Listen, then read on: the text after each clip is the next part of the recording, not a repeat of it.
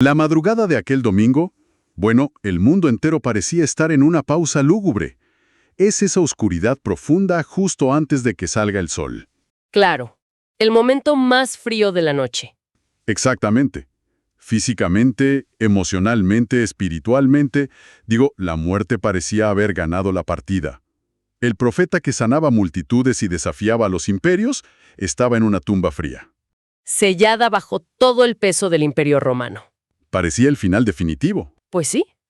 Pero entonces, esa pausa oscura se fractura. Se rompe de una manera tan violenta e irrevocable que la historia humana literalmente se parte en dos. Totalmente. Y hoy, en esta inmersión profunda, vamos a cruzar los relatos originales de los 4 evangelios con las investigaciones de historiadores y académicos modernos. Nuestro objetivo en este análisis es reconstruir paso a paso la cronología exacta del evento más escudriñado del primer siglo, la resurrección corporal de Jesucristo. Y fíjate que al hacer este análisis, uno se da cuenta de que no estamos leyendo un simple cuento inspirador. Para nada. Estamos ante un registro histórico muy estructurado. Es que no es mitología, ¿verdad? Exacto, no lo es. Lo que revelan los textos antiguos, al cruzarlos con el análisis sociológico, son las reacciones humanas más crudas frente a un misterio insondable. Aquí no hay héroes impecables con una fe inquebrantable. Para nada. Hay personas aterrorizadas, consumidas por el duelo. Personas que de repente chocan de frente con algo que rompe todas las leyes de la naturaleza. Así es. Y todo gran misterio, digamos, tiene que empezar en la escena de los hechos. Claro, la escena cero. En este caso, un sepulcro de piedra herméticamente cerrado al amanecer. Tenemos a un grupo de mujeres. María Magdalena, María la madre de Jacobo, Salomé y Juana. Caminan hacia la tumba llevando especias aromáticas. Su misión era ungir el cuerpo, que era un rito fúnebre básico en esa época. Pero el debate que llevan en el camino es pura logística y sentido común. O sea, se van preguntando, ¿quién les va a mover la inmensa piedra de la entrada? Y el detalle de la piedra es crucial para entender la seguridad del lugar. No era una roca cualquiera. Era una piedra circular enorme que rodaba por un canal inclinado hasta encajar en una ranura profunda. Imagínate el peso de eso. Muchísimo. Sacarla de ahí requería la fuerza combinada de varios hombres fuertes empujando cuesta arriba. Y además de eso, estaba protegida por un sello romano y una guardia militar. Y romper ese sello no era cualquier cosa. Para nada. Romperlo significaba desafiar directamente la autoridad del César. Un delito que se pagaba con la crucifixión. ¡Qué locura! Pero bueno, la historia da un giro sísmico antes de que ellas siquiera lleguen. El Evangelio de Mateo registra una perturbación de nivel cósmico. Ocurre un gran terremoto provocado por un ángel del Señor. Un ángel que desciende del cielo. Así es, desciende, hace a un lado esa enorme piedra como si fuera de papel y se sienta sobre ella. Y la descripción visual es impactante. El texto dice que el ángel tenía el aspecto de un relámpago y su ropa era blanca como la nieve. Es una imagen súper dramática. Para entender la magnitud, olvidemos las pinturas renacentistas. Pensemos en las instalaciones más fortificadas de hoy. Es como llegar a la bóveda del banco más seguro del mundo y encontrar que la enorme puerta blindada de acero no solo está abierta, sino arrancada desde su base. Y en lugar de ladrones, encuentra seres resplandecientes. Mientras tanto, los guardias de élite, curtidos en batalla, no están peleando. Están tirados en el piso temblando. Sí, el texto bíblico es muy exacto. Quedaron como muertos a causa del terror. Y ante esa escena que paralizaría a cualquiera, el ángel se dirige a las mujeres. El mensaje de la Biblia dice así: No teman, porque sé que buscan a Jesús el que fue crucificado. No está aquí, pues ha resucitado, como dijo. ¡Wow! Detengámonos en los testigos de este anuncio. El primer reporte de la tumba vacía se le entrega a un grupo de mujeres. Fíjate que eso me cuesta mucho entenderlo como estrategia narrativa. Si la naciente iglesia quería que las autoridades judías y romanas creyeran su historia, usar a mujeres como primeras testigos parece un auténtico suicidio literario. Desde el punto de vista de las relaciones públicas antiguas, era el peor plan posible. ¿Nadie les iba a creer? Exactamente. En las cortes judías y romanas del primer siglo, el testimonio femenino no tenía peso legal. A menudo ni siquiera se admitía en un juicio. O sea, si lo estaban inventando, lo hicieron muy mal. Claro, los historiadores modernos llaman a esto el criterio de vergüenza.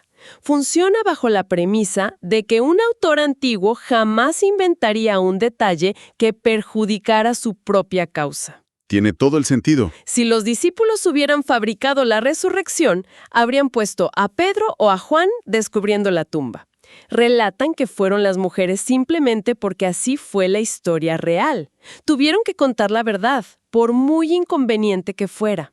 Y las mujeres salen huyendo del jardín con una mezcla de pánico paralizante y un gozo explosivo. Corren a la ciudad para avisar a los apóstoles. Y la reacción de estos hombres es súper auténtica. No reaccionan con fe inmediata, ¿verdad? Para nada. No caen de rodillas dando gracias. Su reacción es de escepticismo gélido. Lucas documenta que las palabras de las mujeres les parecieron un cuento ocioso. Y la elección de palabras de Lucas, que además era médico, es sumamente reveladora. ¿Ah, sí? Sí, porque el término griego original detrás de cuento ocioso se usaba en la medicina de esa época. Describía los delirios sin sentido de un paciente con una fiebre muy alta. O sea, los apóstoles descartaron el testimonio creyendo que las mujeres habían perdido la cordura por el trauma. Estaban igual de predispuestos a la derrota que cualquier escéptico de hoy en día. Solo Pedro y Juan sienten intriga y corren al sepulcro. Y al llegar, se encuentran con pistas forenses que desafían la teoría de un robo. Las tiras de lino están allí y el sudario que cubría la cabeza está enrochado en un lugar aparte. Digo, un saqueador de tumbas no se detiene a doblar la ropa de cama. Claro que no, se lleva todo rápido. Exacto. Y mientras los apóstoles intentan procesar esto, el foco vuelve a María Magdalena. Ella se ha quedado fuera de la tumba, llorando desconsolada. Su mente sigue anclada en la idea de que se robaron el cuerpo. Incluso ve a los ángeles, pero su duelo es tan profundo que ni esa visión la saca de su trance. Se da la vuelta y ve a Jesús de pie, pero no lo reconoce. Piensa que es el encargado del huerto. Imagínate. Le suplica que si él movió el cuerpo, le diga dónde lo puso. Es una ceguera temporal fascinante. Y el punto de quiebre no requiere fuegos artificiales. Jesús simplemente pronuncia su nombre. Le dice María. Y el sonido familiar de esa voz rompe la confusión por completo. Ella exclama Raboni, que significa maestro, y se arroja a sus pies para adorarlo. Este contacto físico establece de inmediato que no están lidiando con un fantasma. Es un cuerpo sólido y tangible. Hay que marcar un contraste tremendo aquí. Mientras en el jardín hay lágrimas de alegría y abrazos, a pocos kilómetros de ahí, las altas esferas están cocinando un encubrimiento. Una campaña de pura corrupción. Exacto. Los soldados romanos van con los principales sacerdotes, y en lugar de iniciar una investigación sobre un milagro innegable, los líderes abren la chequera. Les pagan para que mientan. Les pagan una fuerte suma para que digan, sus discípulos vinieron de noche y robaron el cuerpo mientras dormíamos. A ver, es el peor intento de encubrimiento de la historia antigua. Si estaban dormidos, ¿cómo sabían que fueron los discípulos? Lógicamente es insostenible. Un testigo dormido pierde su condición de testigo. Pero esta narrativa no buscaba coherencia lógica, buscaba supervivencia política. Porque los soldados romanos se jugaban la vida, ¿no? Gobernador Poncio Pilato. Y lo increíble es que esta estrategia funcionó súper bien. El historiador Justino Mártir confirma que los judíos seguían difundiendo esta teoría siglos después. ¡Qué barbaridad! Bueno, dejamos Jerusalén inundada de sobornos y nos trasladamos a un camino polvoriento. Esa misma tarde del domingo, 2 discípulos caminan hacia Emaús, a unos 11 kilómetros. Van devastados debatiendo el colapso de sus creencias. Y entonces Jesús se les acerca y camina con ellos. Pero de nuevo, hay una barrera en su percepción, y no lo reconocen. La psicología moderna llama esto ceguera por inatención. Sí, cuando el cerebro experimenta un trauma severo y tiene una expectativa rígida, literalmente bloquea la información visual que lo contradice. Claro, ellos estaban seguros de que Jesús estaba irrevocablemente muerto. Es como intentar explicarle física avanzada a un extraño en un tren, sin saber que hablas con Albert Einstein. Totalmente. Jesús asume el papel de viajero desinformado y les pregunta por qué están tristes. Los discípulos le cuentan toda la historia a la persona que mejor sabe lo que pasó. Le cuentan de la crucifixión y de la tumba vacía, admitiendo que todo eso no fue suficiente para convencerlos. Esperaban a un libertador político, no a un Mesías sufriente. Y la respuesta de Jesús a esta crisis de fe es espectacular. Elige el camino intelectual. Los reprende dulcemente por ser tardos de corazón. Les da una clase magistral, digamos. Les explica, desde Moisés y los profetas, cómo era necesario que el Cristo padeciera para entrar en su gloria. Les muestra que la cruz no fue un accidente, sino un plan divino. Y el clímax de esta historia ocurre en la cena. Cuando Jesús parte el pan, el velo psicológico se rasga. Lo reconocen plenamente y en ese mismo instante, Él desaparece de su vista. La reacción de ellos lo dice todo. Se preguntan, ¿no ardía nuestro corazón dentro de nosotros mientras nos abría las Escrituras? El fuego de la verdad disipó el frío del trauma. Y es tan intenso que ignoran el cansancio y el peligro de la noche. Corren esos 11 kilómetros de regreso a Jerusalén. Y llegan a golpear la puerta donde está el resto del grupo. Sí, y son recibidos con la noticia. El Señor ha resucitado verdaderamente. Pero notemos el ambiente. Están eufóricos, pero siguen encerrados a piedra y lodo. Las puertas están trancadas por un miedo paralizante. El ambiente dentro de esa habitación era pura paranoia. Cualquier ruido podía ser la guardia del templo. Y en medio de esa tensión, sin abrir puertas ni ventanas, Jesús aparece físicamente en medio de ellos. Y les dice, paz a ustedes. Aquí es donde me surge un conflicto gigante. Estos hombres acaban de escuchar múltiples testimonios de que está vivo.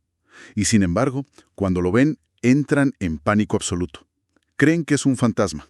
Es que una resurrección corporal no tenía cabida en sus categorías mentales.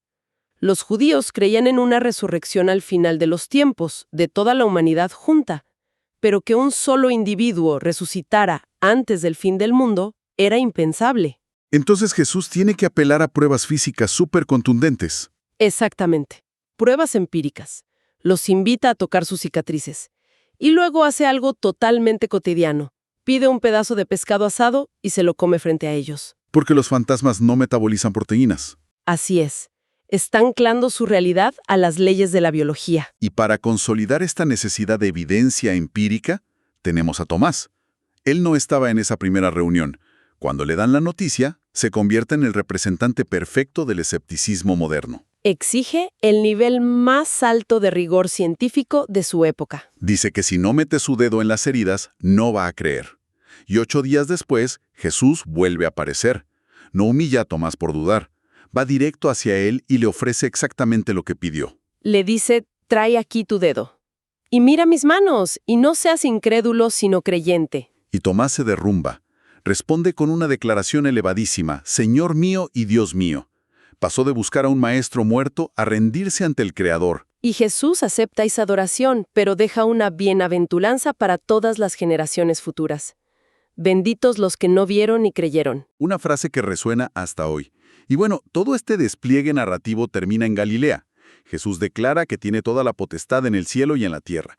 Da la gran comisión de hacer discípulos a todas las naciones y luego asciende al cielo. Todo esto podría descartarse como mito si no fuera por cómo interactúa con la historia pura y dura.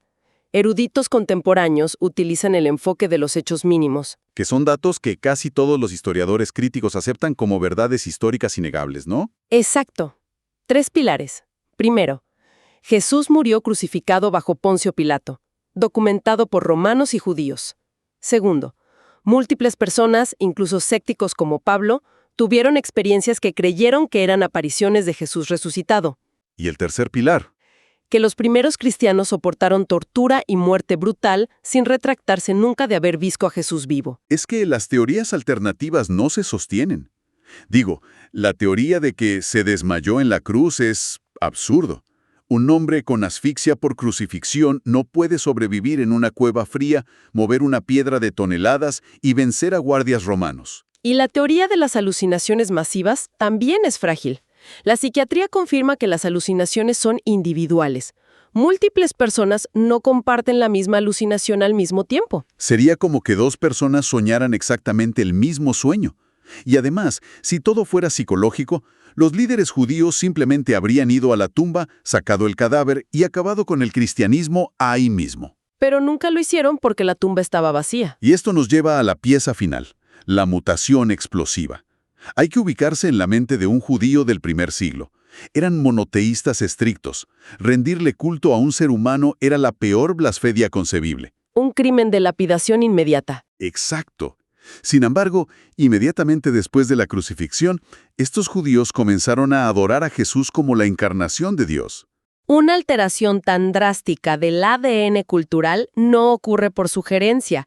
Un judío devoto preferiría morir 1000 veces antes que adorar a un hombre crucificado, a menos que chocar con la realidad empírica de ese hombre resucitado destrozara sus paradigmas previos.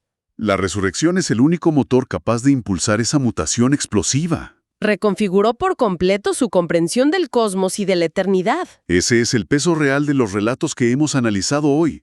En esas primeras horas presenciamos una metamorfosis radical. Un grupo de fugitivos aterrorizados se transforma en un movimiento imparable.